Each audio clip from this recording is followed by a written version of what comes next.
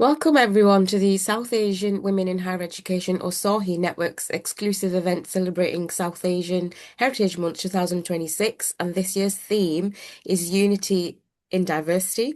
My name's Binish Khatoon. I'm delighted to be hosting today's session. We're in line with the theme of Unity in Diversity, and we will be sharing many stories from our one community of the SAWHE Network. As an introduction, I'm Binish Khatoon. I'm SAWHE's country lead for Pakistan, and I work as a qualitative methodologist at the University of Manchester.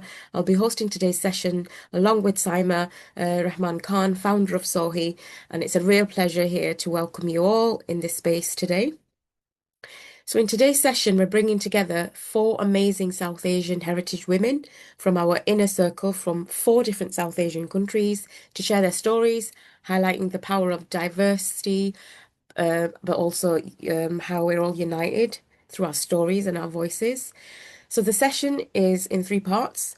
In the first part, I'll be inviting Sayema to share briefly on what is SAWHE and why the South Asian Heritage Month matters, and to share her thoughts on this year's theme. And in the second part, you'll be hearing from the Inner Circle leaders who'll share their stories, highlighting our diverse heritage and culture.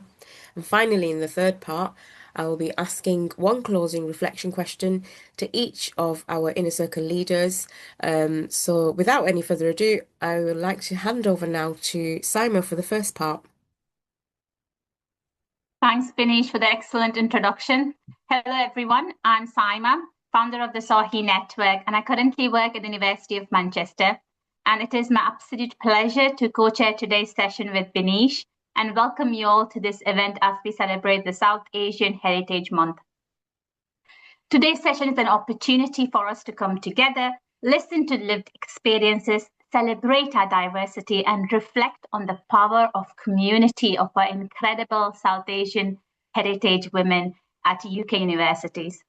So keeping in line with the theme of unity in diversity, this theme is especially meaningful for SAWHE because our network is one community built around the idea that although our stories and identities may not be the same, but our shared experiences, hopes, and aspirations unite us. And SAWHE is essentially shaped through collective efforts of some deeply passionate inner circle leaders, as you can see in the picture here. We are missing Suki from this picture, but she's here with us today. And our inner circle represents a diverse range of South Asian voices from across the UK universities, from heritage across the South Asian subcontinent, and brings a wealth of experience from all levels of higher education. And this intentional representation in the inner circle ensures to us that leadership within the network reflects the richness of our community that we see. And today you'll be hearing stories from four of these amazing inner circle leaders. Thank you. Next slide, please.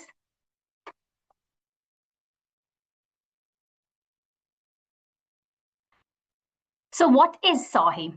To share a brief background of what SAWHE, or the South Asian Women in Higher Education Network, is, it is an inclusive community which is created to connect, support, and celebrate women of South Asian heritage, both staff and students who are working at UK universities. And we do this by creating spaces, events, and opportunities that enable belonging, that enable visibility and advocacy. Our aim for today's event is to celebrate our diverse cultures, identity, and experiences, while also inspiring, empowering, and amplifying the journeys of South Asian heritage women. So at the heart of SAWHE is also a commitment to support the next generation of leaders. So we have to represent the leaders that we have at the minute. And that is from South Asian heritage from all backgrounds, so that other women who are looking to thrive in higher education can see themselves represented. Next slide, please. So South Asian Heritage Month, like I said, is a chance to celebrate the rich heritage, the cultures and contributions of South Asian communities. It is also a moment for us to recognize the diversity in the communities. We, of course, carry different languages, faiths, religions. We have our migration journeys, different backgrounds, disciplines, and experiences. So we are essentially not one single story. And we have seen that clearly from the demographics of our members. So for us in SAWHE, this month is another time to spotlight these many stories that exist and also reflect on what unites us to strengthen understanding, sisterhood, and inclusion. Next slide, please. So keeping in line to this year's South Asian Heritage Month's theme of unity and diversity, our theme is one community and many stories. Our stories are different, our cultures in each of the South Asian countries are different, our journeys are different, as you would hear from our inner circle leaders. Yet we are connected through a community, through our shared values, a shared purpose, resilience, and hope. And this is why we are here together. And we want to honor the individual stories of the South Asian women in this journey. And also show how they form a bigger collective story of courage, leadership, and belonging. With that, I hand it over to Binish to take us further into the session theme, introduce the speakers, and chair the rest of the session. Thank you.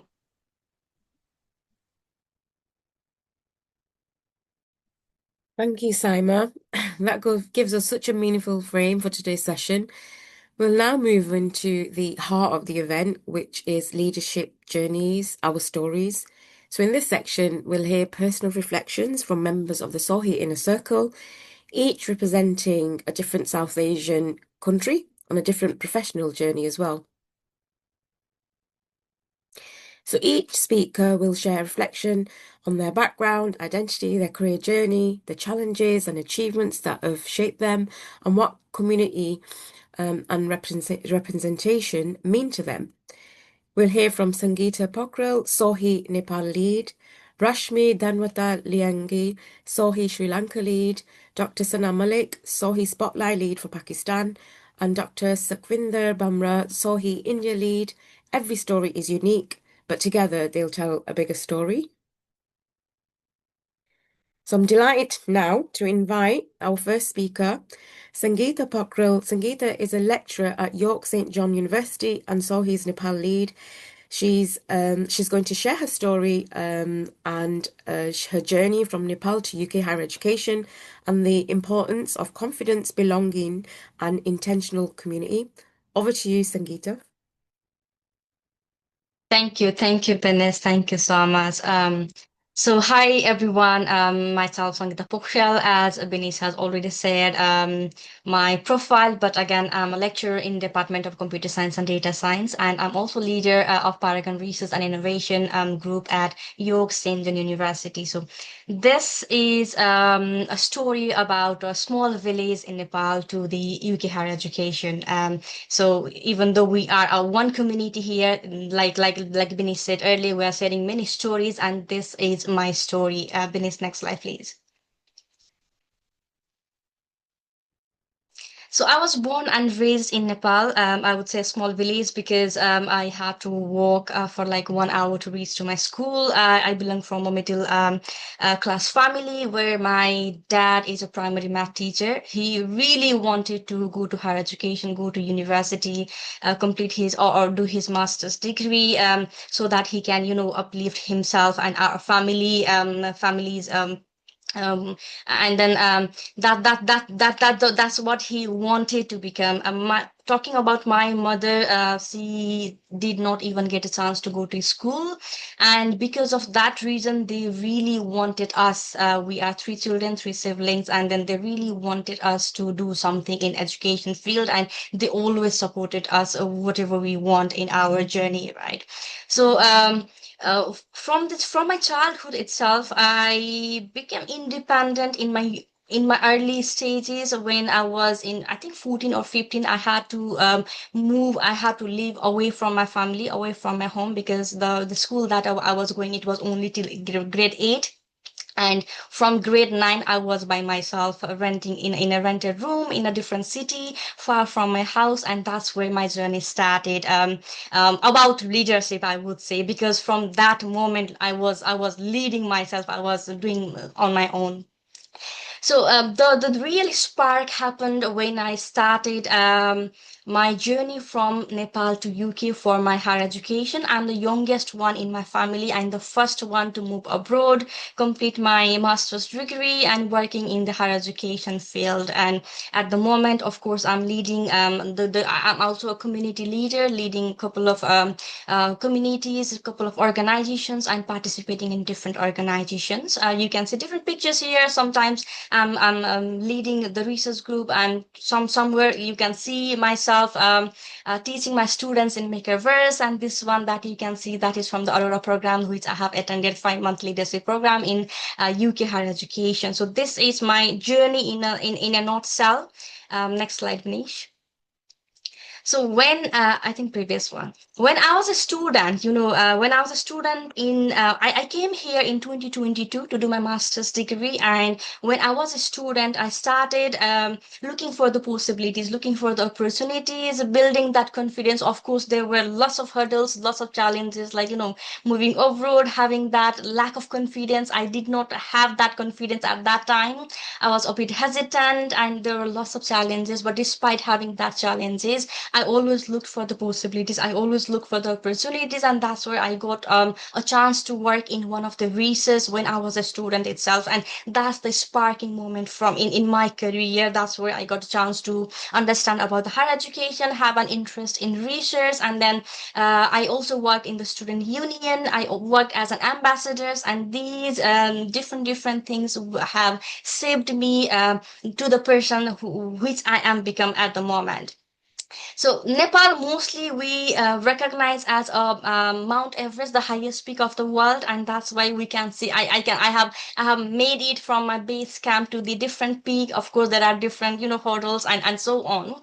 And talking about the journey, even though we have a different journey, but we are sharing the same exact desires, right? We all want to be heard. We all want to be recognized. We all want to represent something, and we want to create an impact in the world, isn't it? Even though we do have a different languages, the faith, cultures, and all these things, we have the same desire to belongness. Recently, since I started my leadership journey in higher education, I started working as an academic associate. Then I became a lecturer, and then different roles has evolved. Like it's like a dominoes effect, like once we say yes to one opportunities, then another next door is becoming. I mean, it is ready for you to open, and there are lots of possibilities once we have that courage, confidence, and the community who can support us, who can uplift us, who can support each other, isn't it?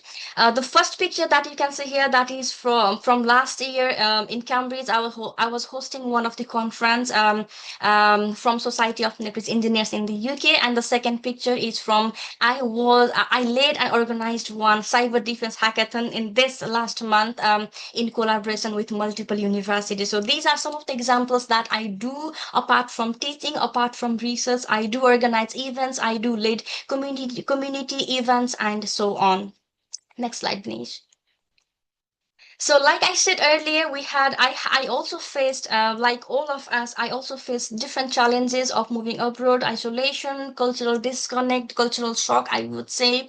And mostly in women in STEM, in technical field, it is still a male dominated spaces where we as a female, we have to look forward to it. And then like that's where there are lots of professional network. Like I am involved with IEEE, Women in Engineering, SAWHE, Sony UK, BAM, BAM, that is for the management side. And there are lots of professional network and the mentorship that we have to achieve, and we have to work together at this way.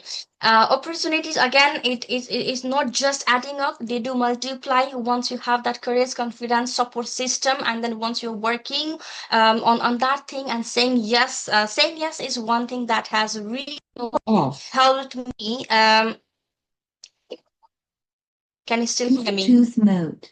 Okay, so saying yes is one thing that really helped me, kept motivated, kept inspired, and that's where opened the new different doors for me. And I'm really grateful that I said yes to do volunteering with SAWHE as well. Next slide, Binish. Communities, of course, communities are built by the people who choose to include each other, and that's why we have this South Asian Women in Higher Education community. Mentors, purpose, all these things comes together as one single community.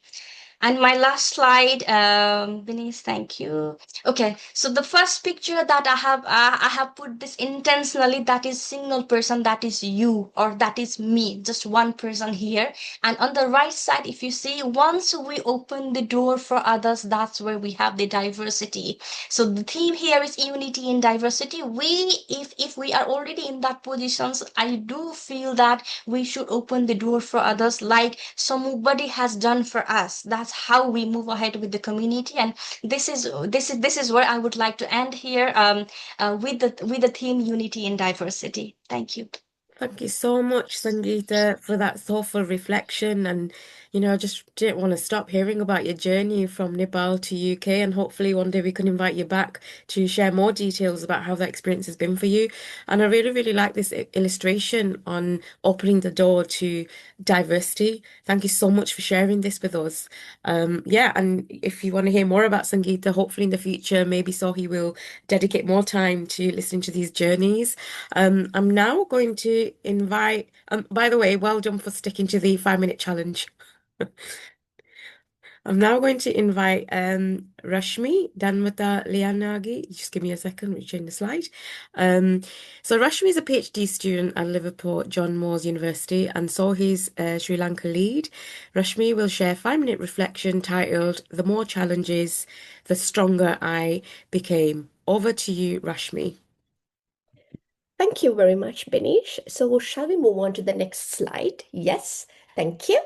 So yeah, I'm Rashmi Liyanage, a final year PhD researcher at Liverpool John Moores University and an associate lecturer in University of Essex.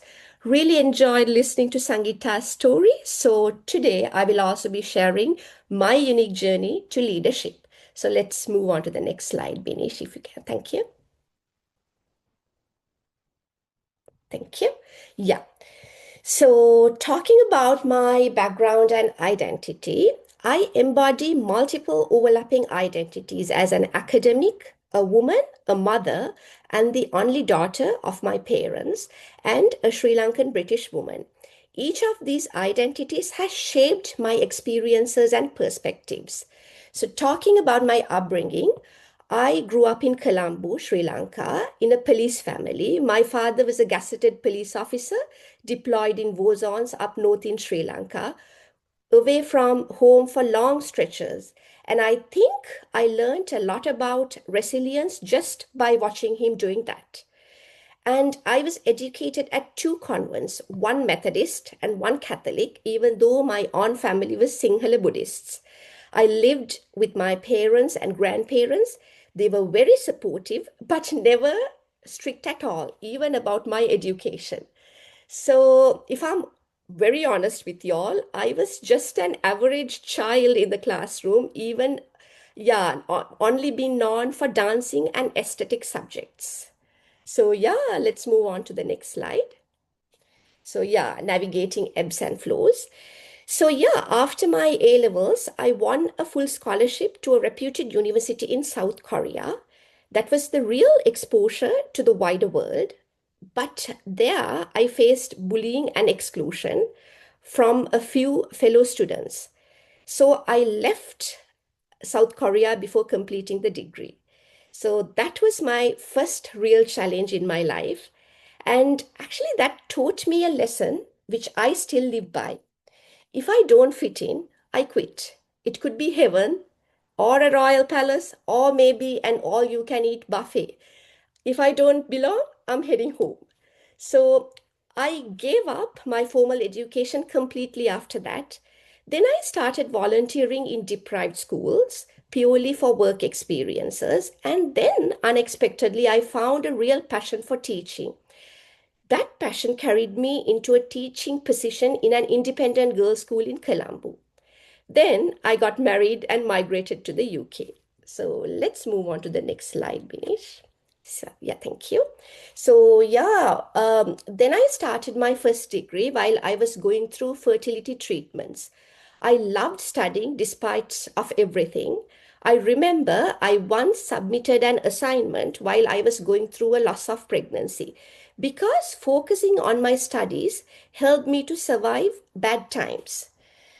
I was always an average student up until a research module at Edgehill University were taught where I got 100 out of 100 for the module.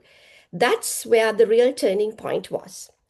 Then I gave birth to my son during the final years of my undergraduate degree, submitting my dissertation just 3 days before the delivery.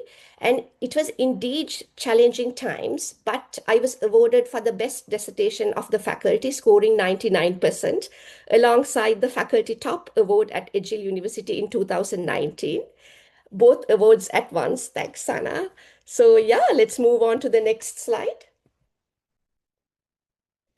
Yeah, so my MRes was another turning point. I conducted the first culture-specific study on perinatal mental health among Sri Lankan women in the UK while I was experiencing my own perinatal journey.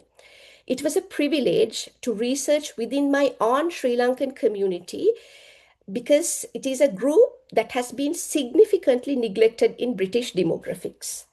So I continued this commitment to my PhD, examining discrimination, social identity, and psychosis among ethnic minorities in the UK from a lived experience perspective. My experiences were interwoven throughout my research from project designing to dissemination, ensuring that underrepresented communities are not only studied, but meaningfully represented, heard, and empowered through research. So yeah, the next slide, please, Binish. So today, I don't stop at academic publications. I write blogs, then articles, because I strongly believe research should also reach non-academic audiences. Also, I maintain active engagements with regulatory bodies and academic networks like SAWHE, as meaningful community representation requires influencing systems and policies that shape people's life. I represent Sri Lanka, South Asia, and the global majority, communities with diverse experiences, strengths, and vulnerabilities. So it is a true honor to represent these communities by amplifying their voices and experiences through research. So let's move on to the closing slide. And yes, yeah, I would like to end with this thought. Embrace life challenges because they are the moments that shape us, teach us, and help us to grow.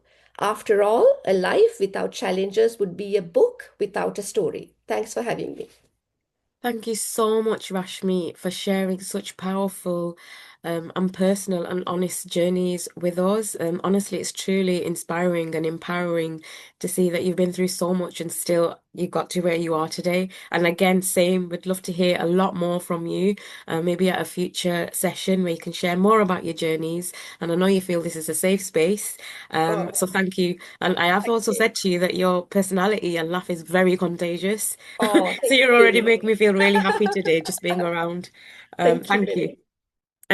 Now I'm delighted to invite Dr. Sana Malik, lecturer at Birmingham City University and SAWHE Spotlight Lead. Sana is an academic, architect and researcher, and she will share her reflections on identity, creativity, leadership, and representation. Over to you, Sana. Thank you so much, Binish, for such a wonderful introduction. And when I was hearing the stories of Sangita and Rashmi, I feel, my story is not that inspiring, but, I mean, you feel so small in front of, a lot of such wonderful women. So I started my journey in the UK higher education at a very late age. I came when I was 2 years ago, just 2 years ago, when I was in my late 30s, and I'm about to now enter 40. So I think so. I came in at a very crucial stage in my life. Coming with a family is, and especially it was a lot of personal challenges as well. And when I see myself. Looking at all the years that I have lived, I think so. In my case, I always name my daughter as my motivation to see and become where I am today, because I think so. I just felt the moment when I became a mother. I was, I'm the youngest in my family, five sisters and one brother, and I grew up in a context where the daughters are, more focused into getting married on the right time. Finding the right boy on the right age is the something, parents are always looking forward to that. And somehow I was never envisioned myself as a career woman. I kept that thought in my mind, I will be successful in my life if I get a good man in my life who will complete me and everything. But life has other plans. Or the personal part of the story is not very happy thing, and I ended up in my journey of single mother, especially in a country where I had never been studied. I was new. And I never knew that life is going to open up that chapter for me. So that's something and that left me into a identity crisis as well. I was navigating so many challenges when I first landed in the UK, and it ended up very, very brutal kind of experiences, not only in the personal but also in the academic world as well. And I was just understanding what's happening. But I think so my resilience has kept me going, and I never let go of any opportunity that came across to me. So in 2 years' time, when I see myself, I have networked. I am part of SAWHE. It's something, an achievement I'm really proud of. I am a research associate outside of PCU at Center for New Midlands. I have given talks. I have been invited as a panelist in international conferences, especially when I see it's on housing, because housing is something is is my passion area, because I lived in a house where our family always moving around. We didn't have a house of our own. I never had a bedroom of my own, and have seen my mother, always craving to have a home of herself where nobody, there is no pressure of a landlord. Now this is your deadline to leave the house, or you have to the pay rent and something like this. So from architecture to housing, that was the something I really wanted to push myself, that now I know how to design spaces, but how we can deliver those safe and comfortable spaces. So this picture, which you can see, this is a picture in the slums of Lahore, which is Lahore is the second largest city in Pakistan, and where I studied the challenges of people, how they live in such uh, degraded kind of where I mean you cannot imagine yourself a human being should be living. So that my passion from in 2013, almost 13 years ago, started for housing. And I feel myself to researching, advocating for the people who don't have home for themselves. Over to the next slide, please. So over my journey, as I said, although was having a lot of personal challenges, and but I never stopped. I always get an opportunity, and I always embrace that. This is 3 years ago when I was appointed as associate professor in Sunway University, Malaysia. And again, personal life challenges couldn't handling the job, and personal life, I had to quit the job. But the university is so nice, and they saw the caliber in me, and the potential in me, that they agreed to put me as adjunct associate professor. I'm still with them. I have to I was at that point in my life, I have to save my marriage, or I have to save my job. So I made a sacrifice as a mother. And I think so when you make sacrifices as a mother, somehow nature, somehow the creator of this universe, they always give you more than you deserve. So I left that opportunity, but I'm still with them, and I'm here with in the UK university as well. Over the next slide, please. Um, and I'm glad that before even coming to UK, I was acknowledged for my work in affordable housing in Asia, representing Pakistan. This is my picture from the board session that I did, because I was a board member with Real, which is a UK-based charity. And before even coming to UK, I have served for a board member for a year for this charity. So when I came UK, they invited me to have a live in-person session with them. Next, please. Yes, so why teaching? I think so again, as a woman working in the industry with the male dominant construction industry, I never felt safe. Bullying, harassment was there. So I took path of teaching where I felt safe, where I felt respect. And I'm passionate about, how I can embed empathy, and I can embed the sense, where you have the opportunity to shape people's lives. So this is why I love teaching students, being able to design the spaces people are going to live in, and at the same time, empathy-led design. I believe without empathy, this world is going to be a crucial space. Next, please. Yes. So again, even though the workload is too much in terms of teaching load, but I never let go of any opportunity to research housing concerns. So this is a session where I was working with my colleagues, working on a research project on a rural housing. So for whenever the housing comes, it's very broad. Urban, rural, I don't see the divide and I just jump into it. Next, I just want to finish on time. Next, please. Yes. So women and also became housing. And I think so. The other thing is women empowerment. I believe that we need to uplift the woman. And this is a picture from Women Bells being event in Birmingham, where when I was walking through the door, found some women, walking on the streets, finding their path way to the event. And when we met, and I led them, so it was I mean, every event, every networking opens up you to a new avenue of opportunities. Next. Yeah, this is some of the snaps from my teaching spaces. Next. Yes, this is something I'm really proud of my UK journey in the 2 years, collaborating with the SAWHE, leading a workshop. And again, it was happened because I opened myself, I was proactive, I opened myself to the opportunities. So never say no to the opportunities. Um, Next.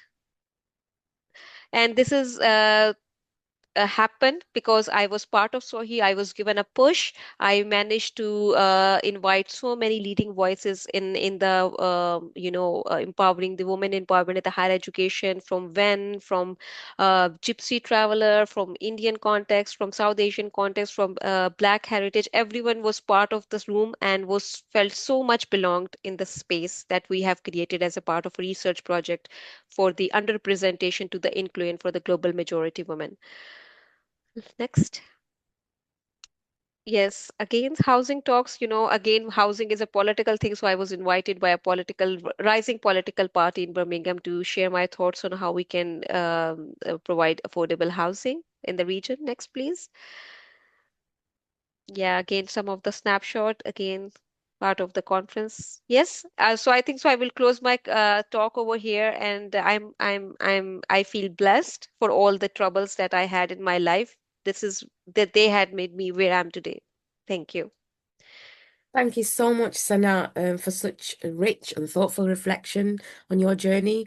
And I think what we can learn from this is how strong you are and just so empowering to, I guess, carry on this passion, a personal story that you've made your profession now. And I think that's where you shine. And also leaving toxic environments where you feel you're not respected.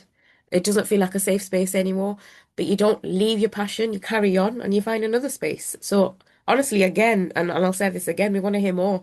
So maybe in the future, I'm sorry it's just 5 minutes, but I wanted to hear more. So now I want to move on to our final speaker of the so now you had a lot more pictures here.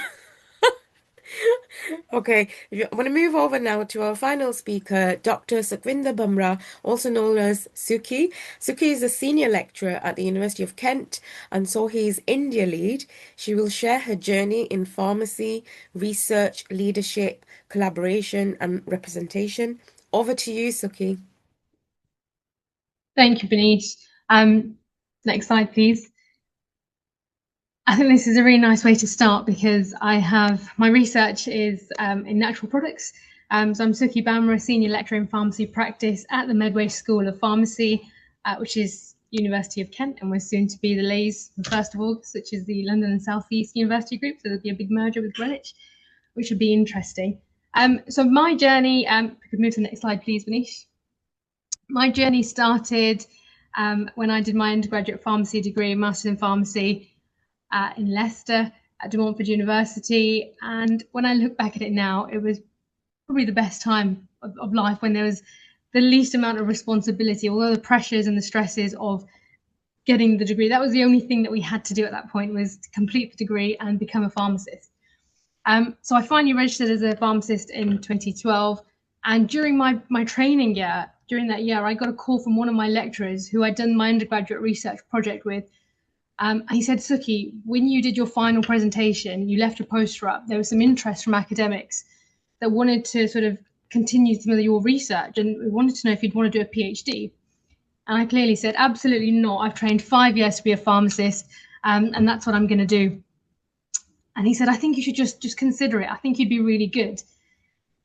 So I went along to the interview, and it was more sort of as a thank you to him. And I went along to the interview, and then they offered me the PhD. And I was like, well, what do I do now? And he said, well, now it's a big decision because it could change the trajectory of your life. And as I'd just qualified as a pharmacist, I remember checking my 100th prescription and pushing the basket away and thinking, I can't do this for the rest of my life. And I accepted the PhD, and it was the best. And then that became the best thing I did, because all of a sudden I was learning and doing lots of new techniques that I'd never done. So I was looking at DNA barcoding of plants. I was interviewing people, and the inspiration for my research was actually from my mum, who's on the next slide, and I'm happy to share a picture of my mum. And it was because my mum has 13 different prescribed medicines, diabetic, high blood pressure, and was taking all these prescribed medicines. And as a pharmacist, she was taking all these herbs as well. And I was like, Mum, is this safe? And there wasn't much research on this. So my research actually came from my mum, if we go back a bit. Thank you, Binish. And that's what I did my research in, looking at how migrant communities use their treatments from wherever they've come from. So in my case, it was India, and how they merge sort of two systems, conventional Western medicine and traditional Indian medicine. And as soon as I finished my PhD, I got a lectureship. And again, I rejected the lectureship because I was like, no, I want to go and do a postdoc now. And my supervisor said, you'd be foolish to reject this lectureship because you're a pharmacist with a PhD, you're gold dust.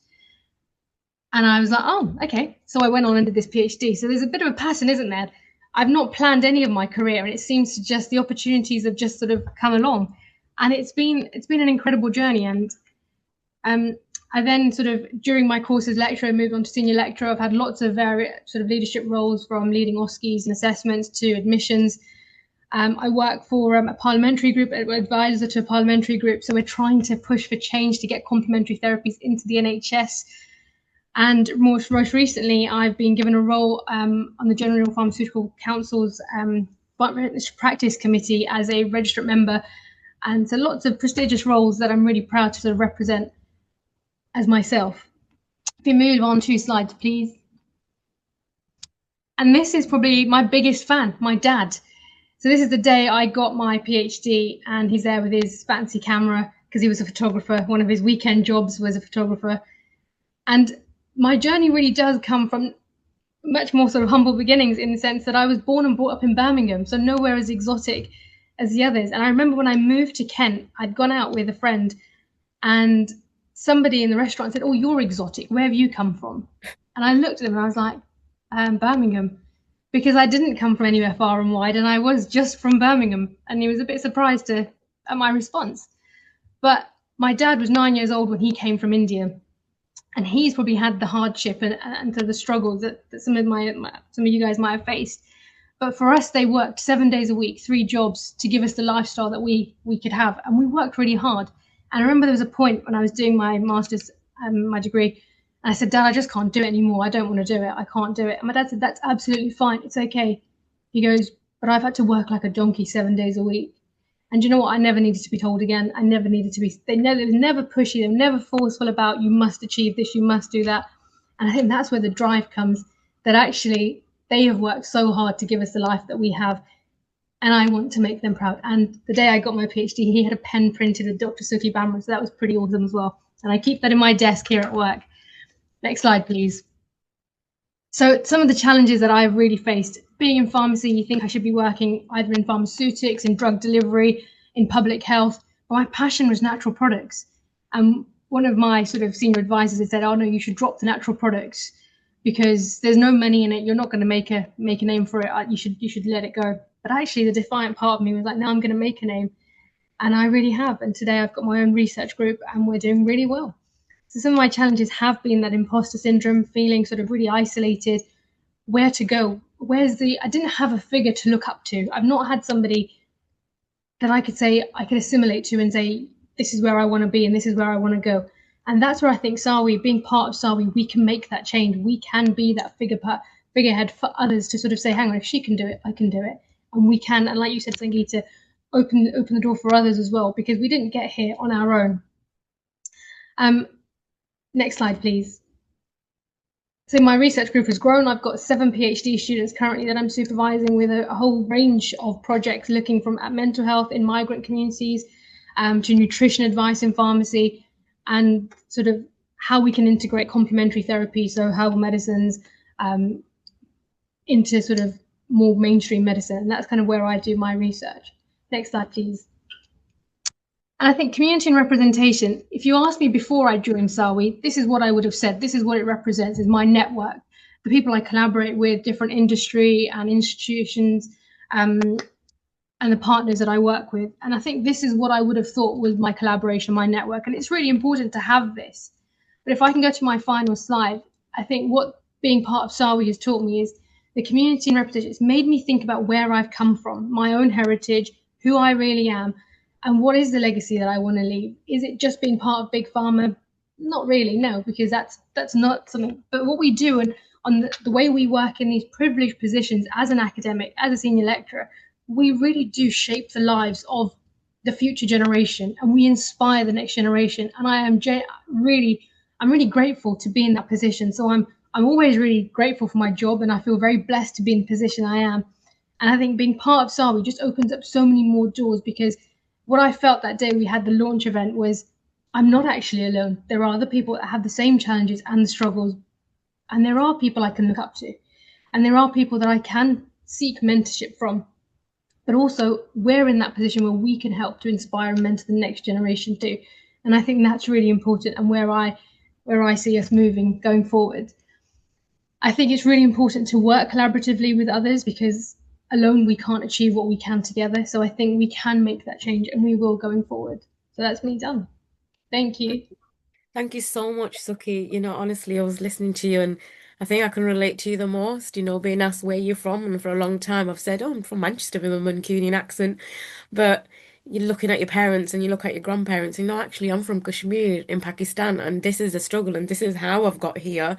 So I think sometimes you just really have to sit down and reflect on how did we get to this position where we're at. There are many, many stories and women, I think, that have, conquered and led lives, taking care of 2 different continents. And it's honestly so inspiring. Again, even listen to your story about your research group, maybe in the future we can invite your PhD students and listen to some of the research, that they've carried on, inspired by your work. So again, thank you so much. And thank you for all our speakers today, for being so generous and, sharing your personal journeys as well as your careers and your powerful reflections. Now, I want to move on into closing our session today, Unity in Diversity. I will ask each speaker one final question, and I want to invite everyone who's listening as well to reflect on this question. So the question is, what unites us despite our different cultures, identities, and experiences? And I maybe will first go to our first speaker, Sangita, if you want to answer this question. Thank you, Binish. What a powerful question. I think despite our different cultures, identities, and experiences, what I would say unite us is our shared humanity. No matter where we come from, what is our culture, what is our belief, we all have that shared humanity within all of us, and that unites all of us together. Thank you so much, Sangita. I absolutely agree with you. Shared humanity. Rashmi? Thanks, Binish. Yeah, I think, in my point of view, despite our differences in cultures, what unites us is the faith.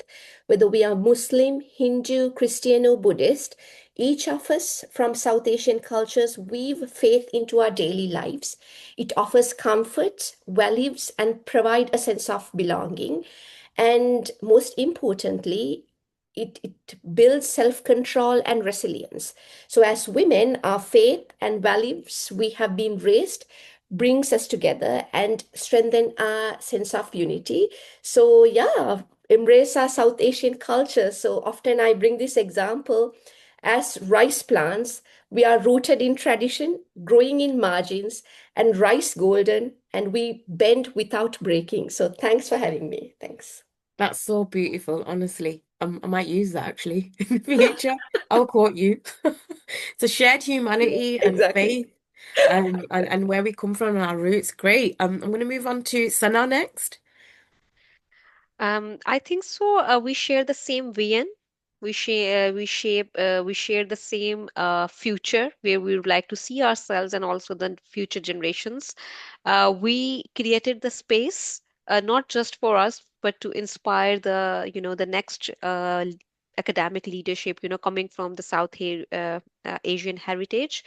And I think so for that, and we have empathy within us. Without that, I think so you cannot connect. So I think so empathy and the shared VN is something we are here together, despite from which country, which religion we are coming across, what kind of different experiences. My experience is totally different, from the other people, and but still we are here together because we have that VN together. Yeah. Absolutely. And obviously, I mean, I think we've talked to each other about this as well, what we want to see in the future for the future generations. And so now I've had the pleasure of meeting your daughter as well. And it's absolutely inspiring to see how they think and how their thoughts are shaped by our experiences, the ways ours were by our parents. Thank you so much, Sana. Next, I think I'll ask Suki before we end. Thanks. Apart from food, because I think that's really important, that definitely unites us. And it brings, I think, food, actually growing up in our families, food was a central thing that brought everybody together. So even in this scenario, bringing us together is the food. But I think it's ambition. And we've all got this that vision of what we want, not just for ourselves, but for the next generation. We're here because we do want to help other people and we want others to grow as well. So I think that's really important, is that collective community and that collective leadership is how we can get there.